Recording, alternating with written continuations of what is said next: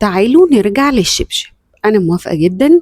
الجيل ده فشلت معاه التربية الإيجابية، فشلت معاه كل أنواع الإصلاح الاجتماعي، فشلت مع كل حاجة. فأنا خلاص موافقة جدا، وأنا بنصحكم جدا إن احنا نرجع للشبشب.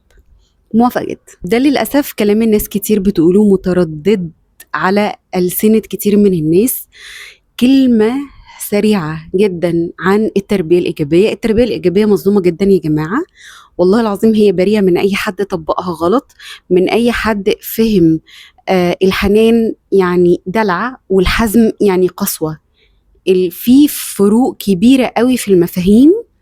وانا كنت اتكلمت قبل كده كتير اني العيب على العقول اللي استقبلت التربية الإيجابية وابتدت تطبقها. فعلشان انا خايفه على نفسيه الولد، قاعده اقول له حاضر وادلله واخليه ماسخ. بنشوف مناظر الواحد بطنه بتتقلب من الدلع اللي من غير اللازمه ده.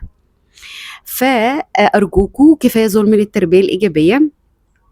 التربيه الايجابيه متوازنه جدا جدا، هي جايه والله لناس سويه عشان تطبقها صح.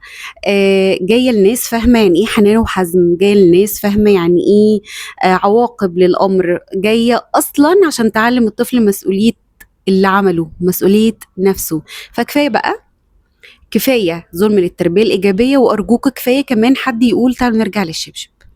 الشبشب ده بيطلع نفوس تعبانه وقلوبها مليانة وجع وما بتتشفيش. يعني القلوب دي ما بتتصلحش بعد كده، مش بسيشن ولا 2 ولا 3 ولا سنين من التعافي.